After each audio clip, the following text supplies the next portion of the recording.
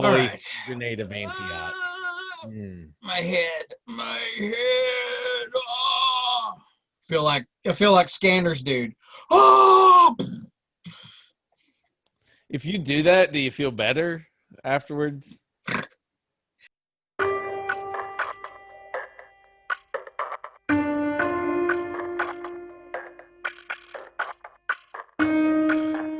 Hey, welcome back to Not So Southern Gentlemen. I'm Rick. And I'm Sean, and I'm very sorry, Rick. I'm sorry. You are pretty sorry. I'll tell you that right now. We are recording episode 181, and I still have episode 180 on my phone, not uploaded to YouTube because I've got things going, but lazy bum works too. So yeah, I'll get that tomorrow. So whenever you're watching this, just know that the day after we record this, it's the day I uploaded this. So, well, if you want a timestamp, you could just say it's the day we found out that Chris Pine is going to star in a D&D movie. What? Yeah. Wait, Don, do you remember the D&D movie? Because I think we all went and watched. I know me and Matt went and watched it. Were you with us to watch the D&D movie? So. I think with so. Marlon Wayans and yeah. Oh my gosh. That didn't go over too well. It was a movie. Yeah. It was a movie. That is correct. You're not wrong about that. God bless. You 100%. I think I would argue that the straight to video one was better. Yeah, it was. It really was. Unfortunately, I was excited.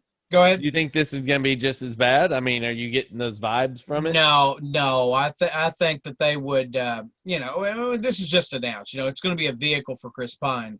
So I would assume somebody would look at the last one and go, oh, we should do a little better on this. Yeah. Make it a franchise kind of movie. And, step up our game a little. with The Witcher working the way it did, that's right. Very easily, if you slapped D&D on there and called him a swordsman, whatever. I mean, it would be perfect. It would work. Throw in a couple of beholders, have a Tarasque walking around the background somewhere, and you're good. Yeah. Kobolds flying around, you're all right. You get to fight a beholder at the end. Something like that. I don't know. Hey, you mentioned Witcher, so get well soon to Henry Cavill. Yeah. He got a little banged up. Sounds like doing a little fighting. I thought it was bad. The headlines make it look like he was just hurt. They obviously church it up. So it's just a pulled muscle in his leg. So. Yeah, I feel you. Yeah. All right, where were we? What were we discussing? We were about to lead into this exciting news about Spider-Man 3, and yes. I don't know where I don't know where reality stops and the excitement starts. I mean, it's nuts. Yeah, it's incredible. I mean, so you're the Spider-Man guy. Yeah. So where do you want to take this? I mean, do you just want to go straight out of the fiction, or do you want to go hardcore? We're ready to go. Here's the thing that I am like, we've had some great movies. Endgame, Infinity War, absolutely incredible. But for me, we are like on the verge of that mixture where you get to throw in everything you've ever wanted. So you got some Spider-Man. How about some Spider-Verse? Really cool. Oh, some Doctor Strange. How about this? The movie that is going to have all that is going to be directed by one of your favorites, Sam Raimi. Yeah. Oh, you'll probably get a dash of Bruce Campbell in there too. How about we just bring back Alfred Molina, who was one of the best. Hold on to your crazy pants. Bruce Campbell has not been announced. Quit throwing that in there like it's gospel truth. Look, I know you want it. I know. We all want it, but it's Sam Raimi. Don't mislead people. I'm not. but anybody that knows Sam Raimi knows that his boy's going to be there. So, Yeah. I mean, his boy's going to be there. You know it'll happen. He's the voice on the video games. So, you know, you get to bring back Alfred Molina, who I know you love, one of the best villains we've had, one of the best Spider-Man movies, Spider-Man 2. Listen, Spider-Man 2 still stands up, regardless of It's the up Marvel there. movies that have come out. It It's is up still there. a great movie. Yeah, absolutely. Incredible movie. And then you might get some Daredevil. You might get a sprinkle of Daredevil. Now, and once not just again, any Daredevil. Charlie Cox. let's calm it down. That's not That's official. all rumor. No, I said you that might. is the rumor. Now, I said the word might. now everything else has been announced. Yeah, like the Andrew Garfield and Tobey Maguire haven't been announced, but dude, Electro, did you see Doc Ock. It's. I mean, well, there was that official leak, like somewhere like Argentina or wherever, like they put up, you know, are you ready to see these guys again? And they're like, oh, take that down. Oh, okay. Yeah. Sorry. Yeah. Sorry. Forget what you saw. I did read an bit of article. hand wavy there. I did read an article. Did you see? I guess Tobey Maguire's wanting $15 million for the movie. Well, so if you think about it, this fine makes a for lot him. of sense. Let's do it. Number one, you've got the success of the Spider-Verse, which Multiverse of Madness, Doctor Strange, and all that blends perfectly into if this is the direction they're going. Number two, Sony is looking at the number one movie of all time being what Marvel just did with Endgame. They want an Endgame. They want a Sony Endgame. And how do you do that? How do you bring over $1 billion in the box office? You throw every Spider-Man you've ever had. You throw every person you've ever had. You make it an Endgame Spider-Man movie. Yeah. Yeah. And I think that's the exact direction they're going for. Now, if they're smart, they will let Feige and all the guys who wrote all that stuff, Marcus and McFeely, and maybe throw a little the brothers in there. Who knows? But, I mean, give it the once-over, polish it up, make sure it's right. Don't be Sony. Old Spider-Man 3, don't do that. Give Sam Raimi the creative control and let her rip. And they may have something on their hands. Absolutely. Oh man. It just keeps getting better. I'm very excited for this film.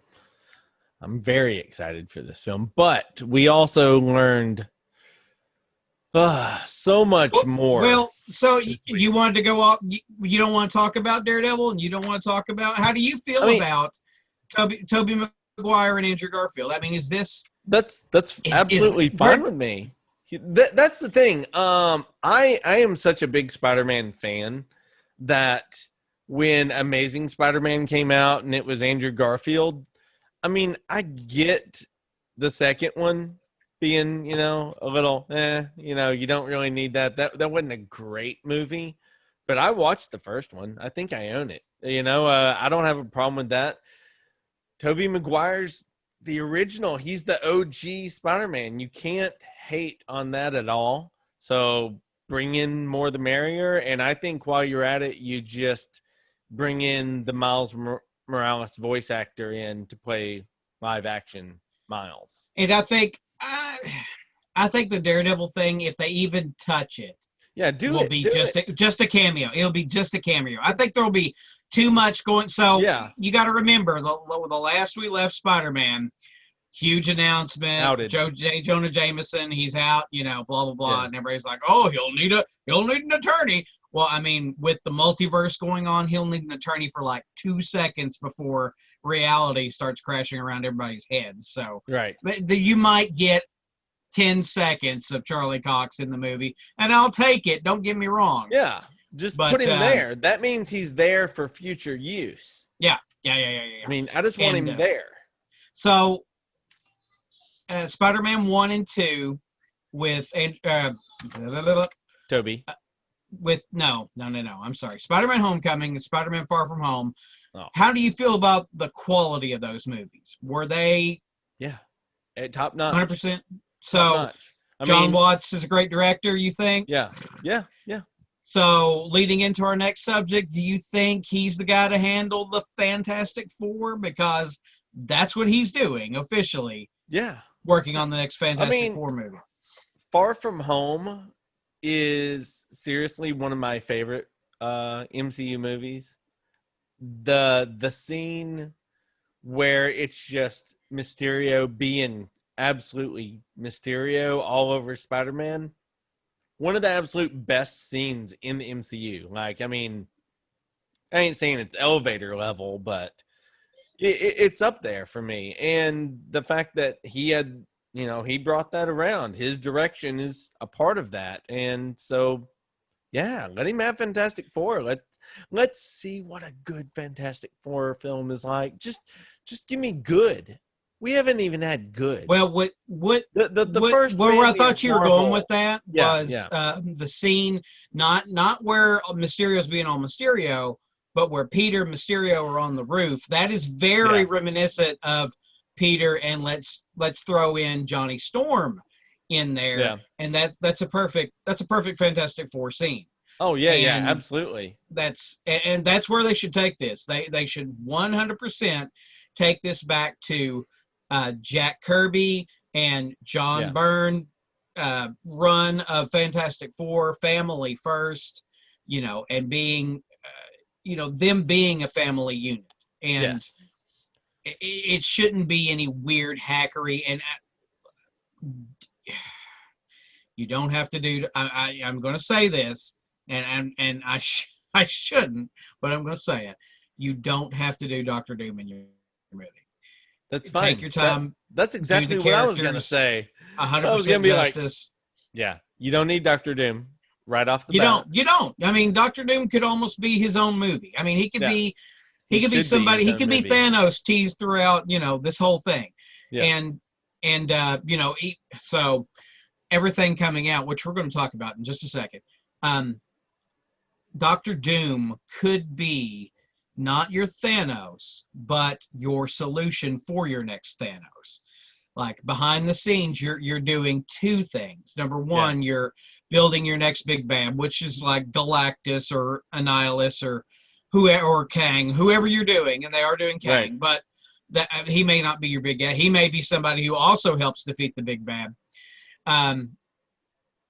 Whoever you're doing, you could have Doom behind the scenes also until you're ready to introduce him. Yeah, absolutely. And absolutely. His machinations going on, and the big second end game happens, and the hero of it is Doctor Doom. Oh no! And now he's this huge thing in the world, and everybody's got to figure this out. Because that would be awesome. But I was really excited to see they officially announced everything. Let's talk about everything they officially announced the other day, because this is crazy. Crazy pants. All right. Do you want me to just go through the list? Because I have it up. The full list. I mean, you got to think about this. We had Marvel, and we had Star Wars, and we got it all in one shot. You tell me how to break it down, and I will read you the list, and then we can break them down individually after that if you want. Why don't you, since we're on Marvel anyway to start with, let's hit that side of it, and then we'll move to Star Wars. All right. The list for Marvel, including the stuff we already know about, goes like this: WandaVision, The Falcon and Winter Soldier, Loki, What If, Miss Marvel, Hawkeye, She-Hulk, Moon Knight, Secret Invasion, Ironheart, Armor Wars, Guardian of the Galaxy Holiday Special, and I Am Groot, a short series. So that is your list of Marvel. Well, now, and we got a bunch of teasers and new trailers, because we got a new trailer for WandaVision. We got a new trailer for Winter Soldier. Yes. We got a stinger teaser of Miss Marvel. I didn't even know they already had footage out. I guess I lost it somehow, but we saw Miss Marvel scenes. Yeah. And that's crazy, She-Hulk. They officially announced Tatiana Maslany is She-Hulk. Yes. They went and They went and Yeah. pulled a fast one. She's like, oh, Yeah. no, I don't know anything about that. So, And they I did got her. see Mark Ruffalo is signed on to be in that series. And so is your boy, your Reservoir Dogs and Pulp Fiction and Who? Abomination. Tim Roth. Tim Roth, absolutely. Nice. Yeah. So we're finally getting some more Hulk story. I was wondering if we would ever get more Hulk story, and I was hoping She-Hulk was going to be the way they were going to do that. So very excited for the future of that. Just, you brought it up last week that this show has so much potential. Well, I mean, it really does. I mean, Daredevil can be in it, of course, because she's a lawyer, and yeah, I'm super excited wherever they take it. I don't know if it's going to be. I don't know if that's really where they want to take the comedy, because have Daredevil and She-Hulk breaking the fourth wall. I don't know. Right. I don't know. I really like if they kept maybe not the savage She-Hulk part, but if they played her pretty straight with comedic roles and not maybe the John Byrne She-Hulk series where she's throwing people through pages and threatening the reader to tear up their X-Men comics. But Ant-Man and the Wasp, they did announce that Kang the Conqueror. 3. Yeah. And this guy is great. Now I don't remember his name right off the top of my head. I don't have it, but he was in Lovecraft Country, and he was excellent in that show. Absolutely amazing. So I'm super excited to see this. And we're getting more Rhodey and Armor Wars, and that's one of my favorite Iron Man stories ever, even though it's not Tony going around and doing it. Now, do you know anything about Armor Wars? I do not. Please. When I heard about it, I thought it sounded awesome, but I didn't know anything about it. Well, there was, so in this, what I'm hoping in the story is we get the Vault, we get Guardians, we get a bunch of other superheroes. There was a point at which Tony's technology was sold or stolen, and he went back and collected it. And that storyline is called the Armor Wars. Like he goes and fights Captain America and Stingray, and he goes to the Vault, all the Guardians. Tony had lent his technology to the security guards at the Vault, and they all are basically wearing Iron Man armor, except for the helmets are different, and a bunch of stuff like that. And it's a really good story, and ends up being in a seminal part of his storyline. They actually did an Armor Wars 2 where John Romita Jr. did the art on that one. It's not quite as acclaimed, but I like the story. That is awesome. Did we get any announcement on Thor Love and Thunder? I saw it on the list, but I didn't see anything else new about it. I know that Captain Marvel 2, they did say that Miss Marvel is going to be in it. Now, they did not announce Rogue, which I was hoping they would. Yeah. They did not. We did get shots of Hawkeye with Haley Steinfeld. Right. And they announced the Secret Invasion. That I'm kind of interested in because I don't know how they're doing that. I mean, the Skrulls are good guys, right? I don't know. They did well. I mean, they may flip the script. I mean, they did talk about Kree cells hidden on Earth or something like that. So I don't know. Right. I'm excited for what it'll be. We got the Loki trailer, which looked absolutely awesome. I'm so excited for. Yeah, you wouldn't shut up about it. Good Lord. I think this is my favorite. I think Loki's the way to go. I absolutely love the trailer just for the DB Cooper reference. Makes it a million times awesome right there. Where. About the TVA and all that? Like, where all could this lead us? Well, it could be all over the place because I mean it's time travel stuff. I mean the TVA, the Time Variance Authority, appeared in Thor 371 and 372, and it's just an agency like Men in Black kind of, but for time. And Gotcha. Star Trek has a version of this as well. They showed up in like Next Generation or Next Nine. I don't remember which. Dragon Ball Super has one too. Yeah, but they can be anywhere. Like, of course, the DB Cooper stuff. He calls out to Heimdall, and the Bifrost is there. So I mean, we know we're at least back in time that far. When was DB Cooper? Like in the 70s? DB Cooper, I think he was like maybe 80s, maybe 70s. No, 70s. So I'd say 70s.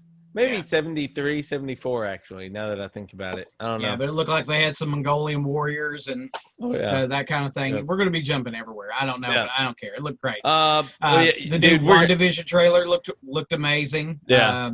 I'm ready for that to just be here. January can't be here quick enough. It's a month. It's a month from today. Let's see. Let's do some powering through so we can move. What if? No powering through that. Wow. What if series? You could go so many directions. Please don't just give me one season. Like, I'm already thinking of other seasons that I want to see, because the potential of this show is to their ability to give you those standalone stories that you want to hear, that you're like, well, what if this happened? The discussions you and I have. Oh, you want to see how that would play out? Bam. Animated series. Freaking it's awesome. The interesting thing about What If is because that's what multiverse used to be.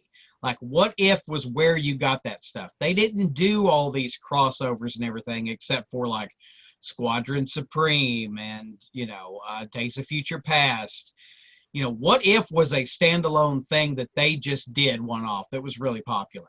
Yeah. And since multiverse broke out, and how they started keeping the 616 and all that came from What If. And, they may just try this, throw everything against the wall and see what sticks. If something's super popular, right, they may cross it over, whatever, even from the comics. They can, and they've had that set up. I mean, in What If and in Marvel Comics, like the MCU itself and the comic universe have their own timelines. Like, they can cross over. That's awesome. Well, What If is the perfect teaser, Let's see how this works. It's a nice litmus test for whatever stories they want to try out. Dude. So on top, go ahead. Yeah. I was about to say you wanna move on to the on top of the Marvel stuff. We got all the Star Wars announcements that blew everybody's mind. Somebody was talking about Star Wars fatigue about a month ago, and it ain't happening yet because we got. You want me to run it off? No, I want to talk about it. Andor, the series with Cassian Andor. Right. We got footage from it. Yeah. And we got the announcement of the Lando series. We got the announcement of the Obi-Wan series. It's going to have Hayden Christensen come back as Darth Vader. What? Yeah. How does that work? I've already got speculation on that. You got Patty Jenkins doing the Rogue Squadron movie, which a full stop. What the heck? Are you kidding me? We're going to get Wedge Antilles and Rogue Squadron stories? I mean, how are you going to pull that off? Because that is deep cut. I mean, I knew guys, the only guys I knew that read Rogue Squadron stuff was the hardcore Star Wars. We're talking like Buck, who knew all that. That's about it. Yeah. And my son was super excited to hear about Bad Batch, making it, even though we did know about this a little earlier. That looks, and we got a trailer for that, and that looked great. That looks absolutely wonderful. I can't wait. You get Rangers of the New Republic, straight up Mandalorian spinoff.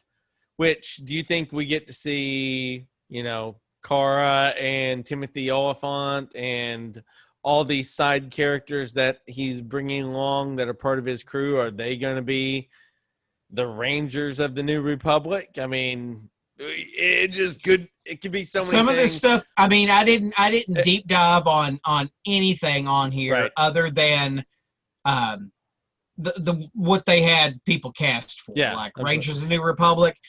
I didn't hear them say that was Cara Dune and whoever. I don't know. It's I'm just the thinking title they of, threw out yeah, there. yeah. I was just just like thinking Star of, Wars Acolyte. I have no idea what that is. how about Ahsoka?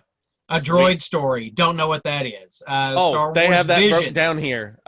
This here, according to the Independent, which is out of the UK, a droid story will follow R2D2 and C3PO in a return series with a brand new android. So that's going to be the droid comic then. Okay. Yep. Or the droids. If anybody remembers the droids series, that's where Boba Fett got his star. That was a horrible color. Horrible color. I'll tell you that right now. Star Wars Visions, and then of course the aforementioned. We did get the announcement of the Ahsoka series, which Ahsoka, yeah. I mean, amazing. I mean, like a Thrawn. Hello. Yeah. I mean, can I get a Thrawn and an Ezra and a Kanan maybe? I don't know. Yeah. Oh, dude, just and with honestly, with the announcement that there is an Ahsoka series, I almost wonder if that's where we're gonna get to meet Ezra and Kanan and all the people that we love from Rebels. And I really, dude, the more and more I think about it, the more and more I buy into Mace Windu showing up in Mandalorian. I don't know why. It's just, I just think I'm right there with you. Like, I know you brought it up, and now I'm like, yep, I like it. It's the way it is. So I have a question for you. Do you think we'll get Val Kilmer back? Will we get Val Kilmer back? Because I don't know where they're taking it. I don't know where they're taking it. Lucasfilm is going to give us a Willow TV series, and I need to see some old fat Mad Madigan. No, you don't. No, yeah, Mad Mardigan. Mad Mardigan. I need to see it. You can recast Mad Mardigan. You recast No, I want to, dude. Oh, fine. I want to see it. It'll be funny. You do not have your hat hung on Willow. Okay, come on. It's now. fun, dude. Do you need? It was such a good show. I loved it. I ran the VHS literally to where it wouldn't play anymore. I watched it that many times. I'm guessing. Okay, Hot Shot. So, what's the general's name? General's name? Dude, I liked the movie. Oh, you liked the movie when it was child. I watched it so much. Oh, okay. All right. Whatever. No, I didn't know it was the guy in Indiana Jones that gets killed in the plane. I didn't know it was the same guy. No. What? Oh my Lord. You first you chastise me for liking it. Then you try to mess with if you're such a big fan. Willow was my jam, dude. Willow was a great movie. Why are you hating on Willow then? You act like you hate because I'm Willow. not married to it. They could recast it. I mean, dude, I was just saying, how fun would it be to see Bill Barty come back? Oh wait, he's gone. Let's see. Oh my goodness, who did you want to know? Who? The who? The general. Guy with the skull mask. Well, no one on here is named the general, so. There you go. Joke's on you. That's right. Let's see. What else do we have coming up? There was so much stuff. Much stuff in the notes. It was absolutely incredible. Oh, the next up is the Mando talk. Next up is the Mando, which was awesome. Incredibly awesome. I'm not talking about it right now. I'll go into He's not talking about it right now. Yeah, he's not. I mean, I'm ready. I'm ready to talk some. So y'all know how we do this thing. We try to give everybody that isn't caught up and out, a chance for us to say goodbye. Thanks for listening. Thanks for watching on YouTube. If you want to find me, I'm on Instagram at Maynard98. Ricky's getting ready, looking up something, and he'll tell you where you can find him. And then after that, we're going to jump into Mandalorian. They know where to find me, please. Where we discuss. Send us emails. Not So Southern Gentlemen. Facebook it. Give it a like. Message him. He'll answer it. It'll be awesome. I'll see it and be like, yeah, Ricky will get it. Well, y'all, thanks for watching. Thanks for listening. Now let's move on to some Mandalorian talk. General Kale. General Kale. Well, there you go. I thought it was General Broccoli. Kevin Pollak was great in that movie. Okay. All right. Mando. Mando. Oh my God. So what? I mean, you know, I'm a Bill Burr fan. Now I am even more of a Bill Burr fan. So let's talk about Bill Burr. So I said it the first round, season 1. I liked the episode, don't get me wrong, but all I could see was Bill Burr staring at me. It was Bill Burr. He wasn't wearing any makeup. They threw a black suit on him and put some guns on him, and Bill Burr is sitting there standing beside the Mandalorian. Couldn't unsee it. It's just not my thing. Not my favorite episode. Even though the episode was great. Great episode. It's just I'm seeing Bill Burr standing beside these other characters, and the cognitive dissonance was ringing my bell. So let's talk about this episode. So episode is chapter 15. Right.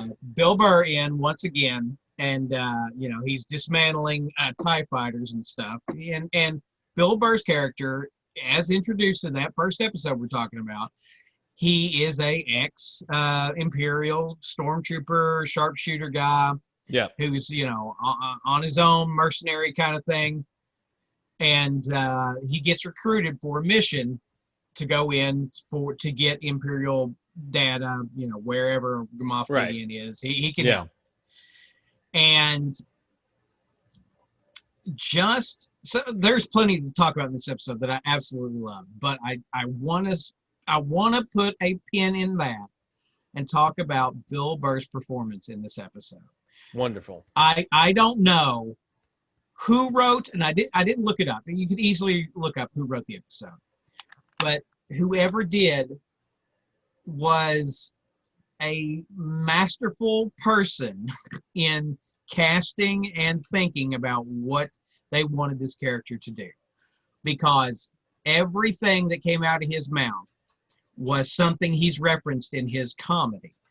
And not saying Bill Burr's a genius or anything like that, but he's a very funny guy. And he's a tell it how it is comedian, slice of life and why it's funny.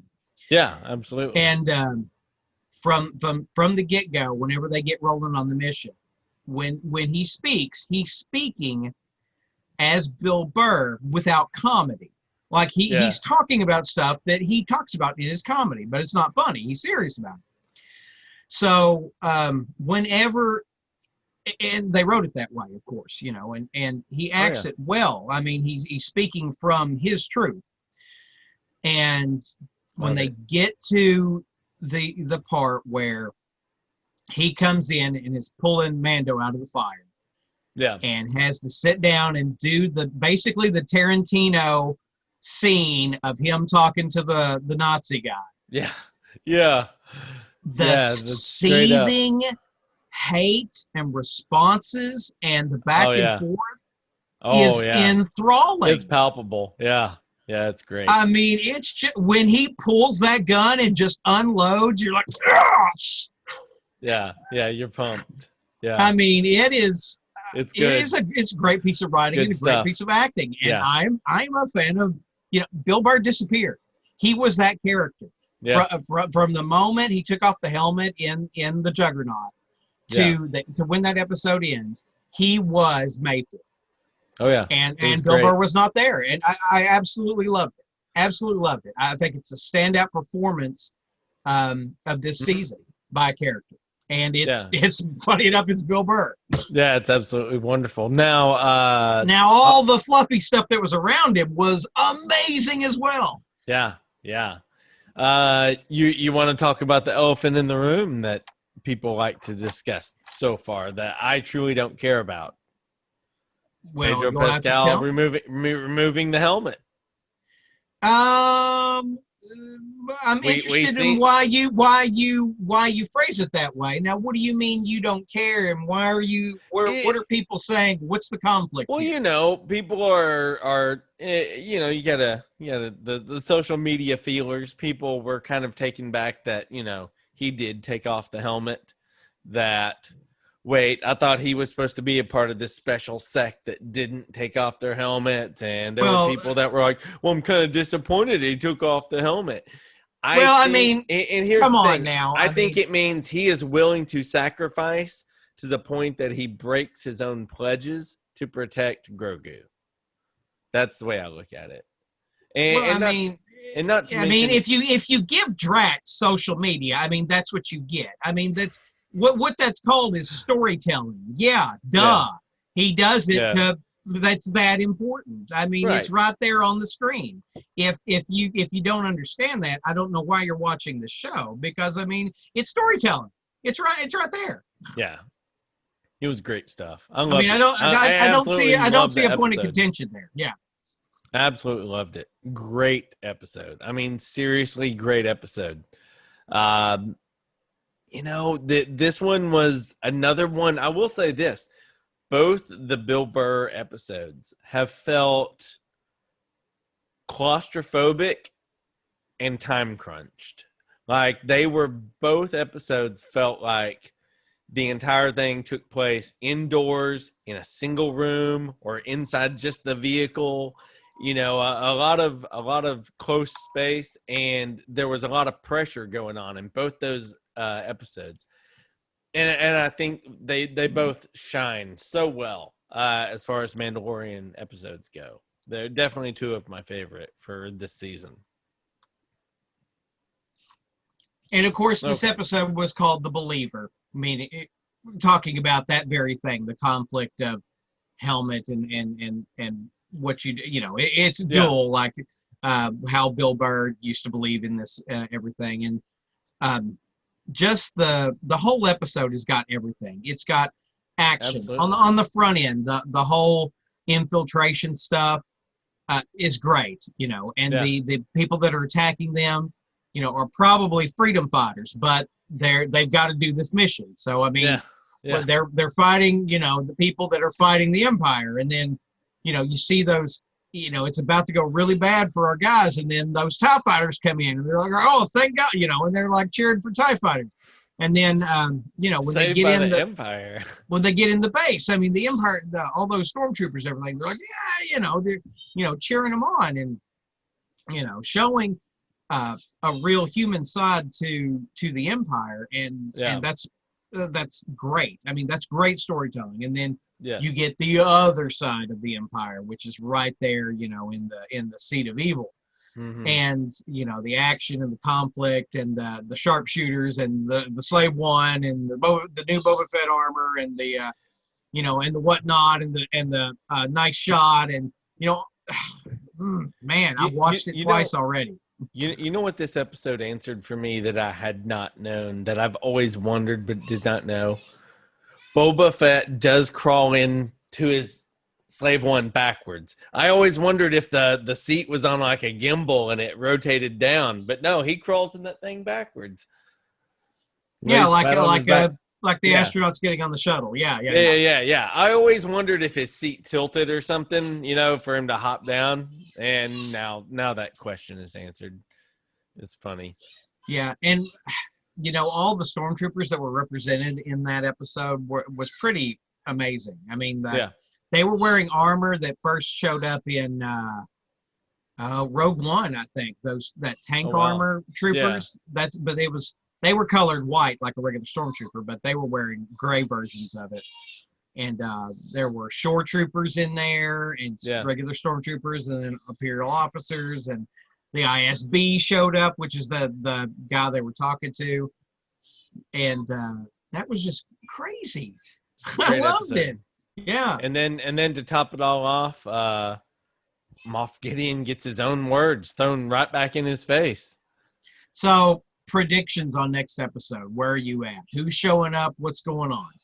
Well, here's I I thought I had an idea of what was going on. And then a coworker today brought something up and I was like, but that makes sense too. I started running the little meme in my head of if I do this and this, because I almost thought we introduced Ahsoka and mentioned the word Grand Admiral Thrawn for a future conflict and stuff, and thinking that maybe season 3, this conflict would end on a hanger, and then maybe Moff Gideon gets rolled up maybe next season, wrapped up, and that leads on. That's the way I was planning out in my head. But he was like, no, he goes, I bet you Moff Gideon croaks in the next 2 episodes. I was like, that doesn't make it,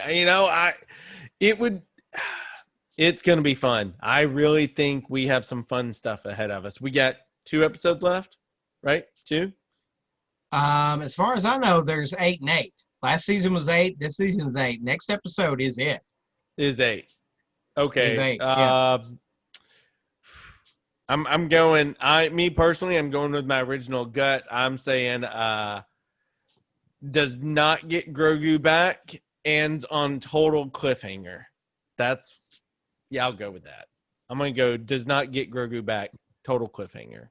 What are you going? So I'm going current party plus we're going to get to see not Vizsla, the Mandalorians again. Yeah. We might get to see Bo-Katan. Yeah, Bo-Katan. Yeah. We might get to see as a surprise coming in, like the Millennium Falcon at the end, the Armorer and the Death Watch flying in and that'd be assaulting. Cool. I don't think we will get shown or teased just like Boba Fett in the first season. Yeah, you'll get teased what Jedi is going to show up. Yeah, it's not going to be Ahsoka. I don't think we're going to see Ahsoka next episode unless she shows up with who answered the call. Yeah. So reunion with Grogu or no? I think you called it. I think there's going to be a cliffhanger. It's either going to be we don't know if he's alive or he was shuffled off by said Jedi again. Probably the Jedi that shuffled him off the first time. Somebody's going to lose an eye, though. I bet you next episode somebody loses an eye. I'm going to go with that. Well, I don't know. So Moff Gideon, they're building. He's been there since the first season. Yeah. I say probably 3-part story, 3-season. His big arc ends in season 3. I think there'll be a huge battle with Moff Gideon. Moff Gideon may lose an eye, just like he predicted, but he'll make it, and our big payoff is going to be season 3. I hope so. I'm looking forward to all of it, dude. I'm looking forward to all of it. You got anything else to add this week? No, that's it. Just watch it again. I'm ready. Thanks for watching, everyone. Thanks for listening, everyone. We really seem to be growing on those views on YouTube. I'm going to try to be very consistent with that in the future. I'll try not to let stuff it was straight up pure laziness. I'll get that done. Thanks for everybody that was the new watchers on YouTube. Please leave a like, subscribe, let us know where you're from. We like to get to know watchers and listeners of the podcast. So shoot us an email, notsosoutherngentleman@gmail.com. Go to our Facebook. Like I said before, I'm on Instagram at Mandarin98. Ricky, what else do you want to add? Find me at Not So Southern Gentleman on Twitter. Not So Southern G's on Twitter. Yeah. Ricky Westbrook on Twitter. Not So Southern Gentleman on Facebook. All right. For Not So Southern Gentleman, I'm Sean. I'm Ricky. Y'all have a good one.